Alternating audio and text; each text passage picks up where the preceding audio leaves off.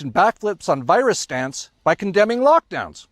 But we had Professor Sunetra Gupta from Oxford University on, and she was implying, and I'm interested in you because you have a global mandate, a global view, was that a problem we don't think about in lockdowns is that they're very nationalistic. That if we lock down our economy, then it hits our economy. But it also means we are not buying stuff, we're not trading with weaker economies, we are not just destroying our own jobs, we're destroying the jobs of all those that in the poorer parts of the world that export to us. That seemed to me to be a reasonable point. Really important point by Professor Gupta. I want to say it again. We in the World Health Organization do not advocate lockdowns as a primary means of control of this virus.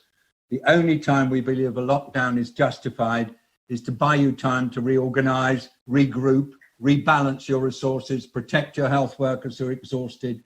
But by and large, we'd rather not do it. Just look at what's happened to the tourism industry, for example, in the Caribbean or in the Pacific, because people aren't taking their holidays. Look what's happened to smallholder farmers all over the world because their markets have got dented.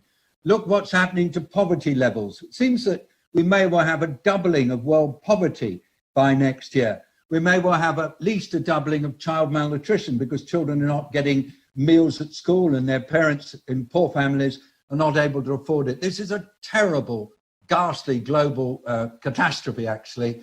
And so we really do appeal to all world leaders. Stop using lockdown as your primary control method. Develop better systems for doing it. Work together and learn from each other. But remember, lockdowns just have one consequence that you must never, ever belittle, and that is making poor people an awful lot poorer.